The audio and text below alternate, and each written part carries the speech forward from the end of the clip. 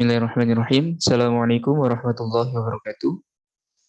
Baik, di sini saya akan menyampaikan mengenai materi studi Al-Quran dan Hadis, yakni tafsir tematik sains. Di sini saya tidak sendiri, saya bersama rekan saya, Rizka Zalfid Ilmiah, dan saya sendiri Yoga Gusian Permadiwinarto. Baik. Nah, pada tafsir tematik sains ini kita akan membahas beberapa hal berikut. Yang pertama, nanti kita akan membahas tafsir Al-Quran. Apa itu tafsir Al-Quran? Kemudian tafsir maudhu'i atau tafsir tematik, dan tafsir ilmi atau tafsir ilmiah atau sains. Dan juga nanti kita akan membahas mengenai contoh tafsir ilmi. Baik, sebelum kita membahas mengenai tafsir, tentu kita perlu untuk memahami apa itu Al-Quran. Seperti yang kita ketahui, Al-Quran adalah kitab suci umat Muslim yang di dalamnya itu terkandung ayat-ayat yang berdimensi akidah, syariat, akhlak, dan ilmu pengetahuan. Nah, dalam rangka memahami ayat-ayat Al-Quran ini, kita memerlukan suatu metode, yakni tafsir Al-Quran. Nah, kemudian apa itu tafsir Al-Quran? Tafsir Al-Quran adalah suatu proses menjelaskan atau memahamkan atau menerangkan yang berasal dari kata fasara yufassiru tafsiran, yang juga dapat diartikan sebagai al-kash atau penyingkap, juga sebagai al-ibanah atau menjelaskan, dan al-izar yang berarti menampakkan makna yang tersembunyi. Jadi jika kita tarik dari terminologinya, tafsir Al-Quran itu dapat kita artikan sebagai ilmu yang menjelaskan perkataan Allah atau lafaz-lafaz Allah beserta pemahaman lainnya yang berkaitan. Nah, hal ini sejalan dengan Quran surah Al-Furqan ayat 33 yang berbunyi wala ya'tunaka bimatsalin illa ji'naka bil haqqi wa ahsana tafsira. Artinya, dan mereka orang-orang kafir itu tidak datang kepadamu membawa sesuatu yang aneh, melainkan kami datangkan kepadamu yang benar dan yang paling baik tafsir atau penjelasannya. Nah, kemudian dalam melakukan penafsiran Al-Quran itu dilakukan oleh seorang ahli tafsir atau mufassir, yang dimana seorang mufassir ini perlu memenuhi syarat-syarat bagi seorang penafsir. Di antaranya yakni berpegang pada hadis Rasulullah. Tentu dengan ketentuan bahwa mufassir ini harus waspada terhadap riwayat yang dhaif atau lemah dan riwayat maudhu atau palsu. Yang kedua adalah dia harus berpegang pada ucapan sahabat Nabi. Karena menurut peristilah hadis, perkataan para sahabat Nabi itu dihukumi mutlak marfu atau sahih atau hasan, khususnya yang berkaitan dengan asbabun nuzul. Kemudian berpegang pada kaidah bahasa Arab. Tentu karena Al-Quran diturunkan dalam bahasa Arab, seorang mufasir perlu untuk memahami atau menguasai kaidah-kaidah bahasa Arab agar dalam penafsirannya itu terhindar dari penyimpangan-penyimpangan makna lafaz yang semestinya. Kemudian berpegang teguh pada maksud ayat, di mana kandungan ayat yang dimaksudkan oleh mufasir itu harus terjamin kebenarannya menurut aturan dan hukum syara'. Kemudian, apa sih faedah dari ilmu tafsir? Nah, di sini ada 3 faedah dari ilmu tafsir, teman-teman. Yang pertama adalah memahami Al-Quran. Tentu dengan kita melakukan penafsiran terhadap Al-Quran, kita akan memahami kandungan yang ada di dalam ayat Al-Quran. Yang kedua adalah meningkatkan keimanan. Tentu kita akan ketika kita sudah memahami kandungan yang terdapat dalam ayat Al-Quran, kita akan menemukan hal-hal yang menambah ketebalan iman kita. Karena di dalam Al-Quran pun juga dijelaskan mengenai kemujizatan yang Allah punya seperti itu. Nah, yang ketiga adalah mengaplikasikan ibadah. Di mana dengan mengkaji tafsir kalam Allah itu berarti telah beribadah dengan usahanya memahami maksud Allah. Jadi secara langsung kita juga beribadah kepada Allah Subhanahu wa taala. Nah, kemudian apa saja sih metode tafsir? Di sini ada 4 metode, teman-teman. Yang pertama at-tafsir at-tahlili, di mana penafsiran ini itu dilakukan mengikuti runtutan ayat sebagaimana yang tersusun dalam mushaf. Yang kedua itu ada al-tafsir al-ijmali, di mana penafsiran Al-Quran menggunakan metode ini itu dilakukan secara singkat dan global tanpa adanya uraian yang panjang dengan bahasa yang jelas dan mengikuti susunan mushaf. Yang ketiga ada at-tafsir al-muqarron, di mana al-muqarron ini berarti membandingkan. Nah, dari namanya sendiri, tafsir ini menggunakan metode yakni membandingkan teks ayat Al-Quran yang memiliki kemiripan dan kesamaan, kemudian nanti dibandingkan dengan hadis Nabi, dan kemudian dibandingkan dengan pendapat ahli tafsir yang lain. Kemudian didapat suatu tafsiran Al-Quran yang sudah melalui proses itu tadi. Yang kemudian yang terakhir ada at-tafsir al-maudhu'i. Al-maudhu'i ini tematik, teman-teman. Jadi membahas metode penafsiran Al-Quran dengan cara ini itu dilakukan dengan membahas suatu masalah tertentu atau bersifat tematik. Nah, di sini kita akan membahas lebih lanjut mengenai at-tafsir al-mawdu'i, yakni tafsir tematik. Nah, apa sih itu tafsir tematik atau tafsir mawdu'i? Nah, menurut Profesor Quraisy Shihab, tafsir mawdu'i itu penafsiran yang bermula dari menghimpun ayat Al-Quran yang membahas suatu masalah tertentu, dan sedapat mungkin itu diurutkan sesuai dengan urutan turunnya, kemudian dijelaskan pengertian menyeluruh dari ayat-ayat tersebut, guna untuk menarik suatu kesimpulan mengenai tafsir Al-Quran tersebut, teman-teman. Jadi, dicari atau dikumpulkan ayat-ayat Al-Quran yang memiliki pembahasan topik yang serupa atau sama, dan nanti dari ayat-ayat yang sudah terkumpul tersebut akan diambil kesimpulannya seperti itu. Nah, adapun tafsir maudhu ini memiliki kelebihan, teman-teman. Yang pertama adalah menjawab tantangan zaman. Karena biasanya memang tafsir maudhu itu karena dibahasnya per plot gitu ya, per tema. Jadi masyarakat atau masyarakat awam itu lebih mudah untuk melakukan misal mempertanyakan misal suatu tafsir mengenai laut, katakanlah seperti itu.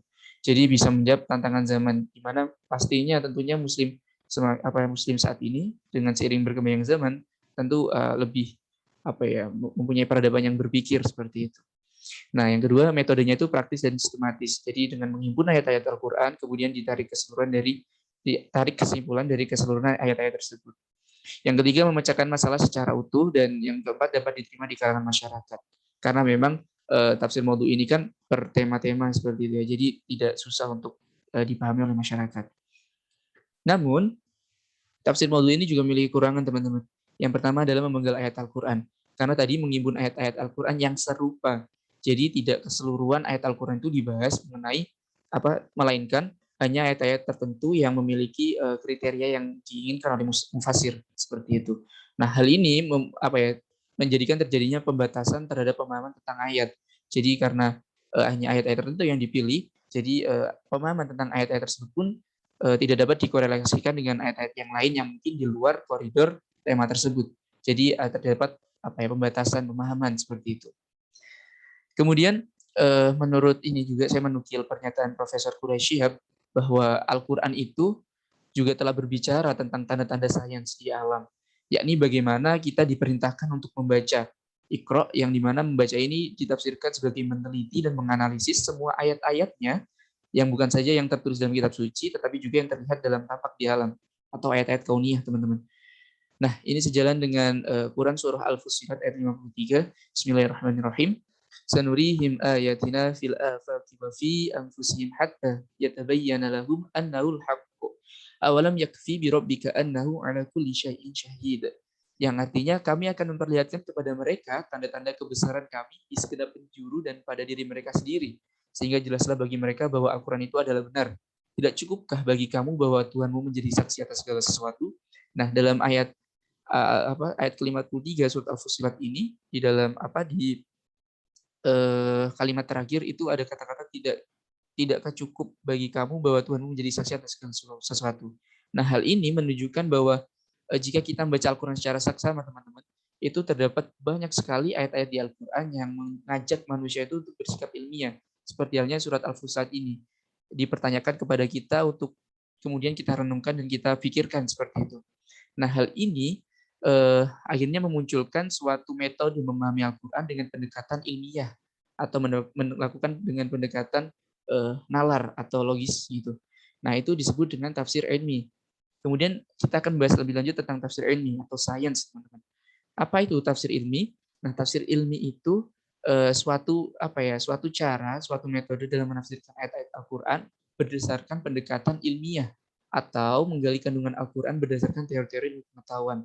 Nah, tujuannya untuk kita menggali teori-teori ilmiah dan pemikiran filosofis dari ayat-ayat Quran ini, itu dimaksudkan untuk justifikasi dan mengintegrasikan antara teori ilmu, pengetahuan atau sains dengan Al-Quran.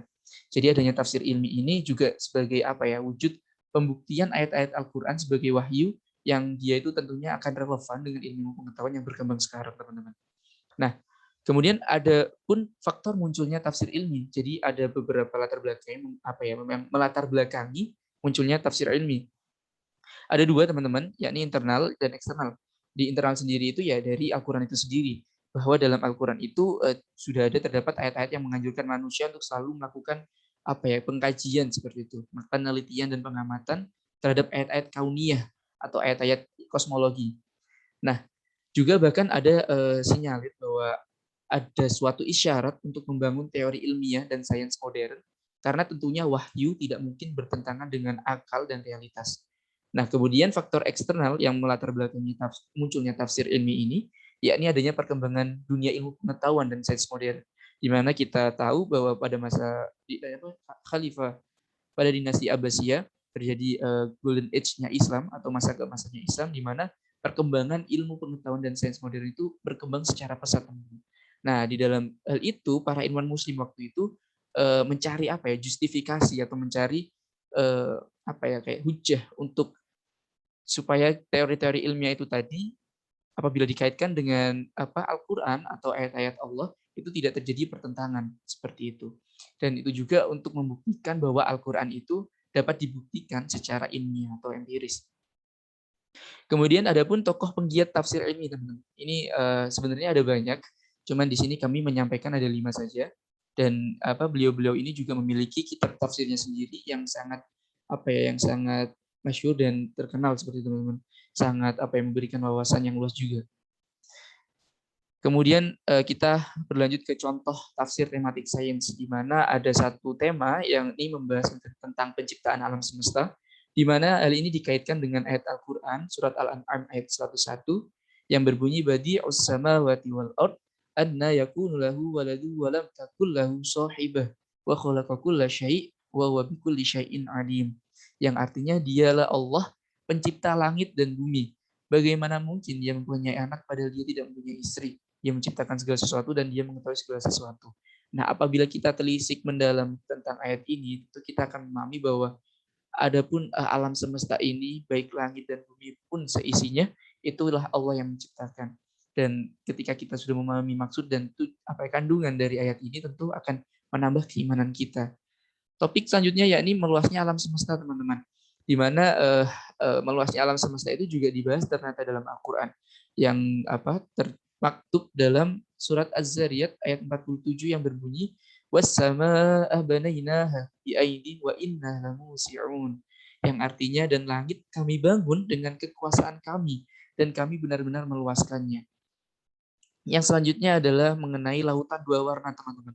Tentu sudah tidak asing bagi kita bahwa terdapat laut dua warna, di mana yang satunya memiliki kadar kelarutan yang berbeda sehingga warnanya berbeda.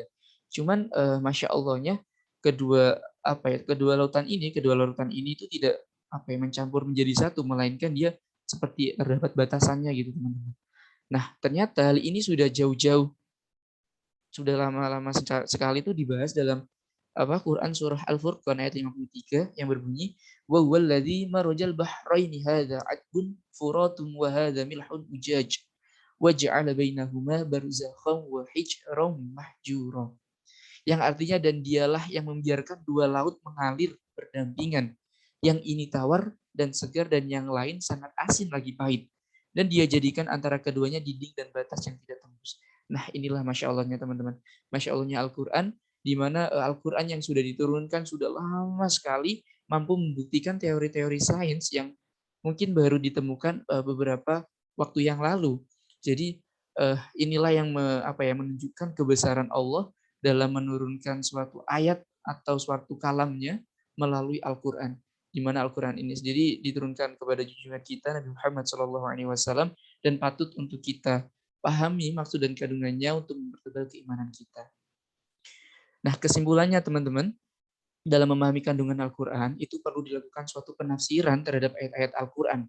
Adapun salah satu metode tafsir Al-Quran adalah tafsir tematik sains, di mana dalam tafsir ini pembahasan tafsir didasarkan secara maudhu'i atau tematik, berdasarkan permasalahan yang sedang dikaji dan dilakukan melalui pendekatan saintifik atau ilmiah. Dan hal ini sejalan dengan kita sebagai seorang mahasiswa, yang mana kita dituntut untuk melakukan pengkajian suatu suatu cabang keilmuan dengan nalar dan logis. Nah, tanpa mengesampingkan bahwa kita sebagai hamba Allah, sebagai umat Rasulullah SAW, yang perlu juga untuk mengintegrasikan antara teori sains tersebut dengan Al-Quran. Nah, baik teman-teman, saya kira sekian pemaparan materi yang bisa kami sampaikan. Kurang lebihnya kami mohon maaf. Apabila ada kritik dan saran, kami sangat menerima. Dan apabila ada pertanyaan bisa teman-teman sampaikan di kolom komentar di Google Classroom. Kurang lebihnya kami mohon maaf. Wabillahi taufik wal hidayah. Wassalamualaikum warahmatullahi wabarakatuh.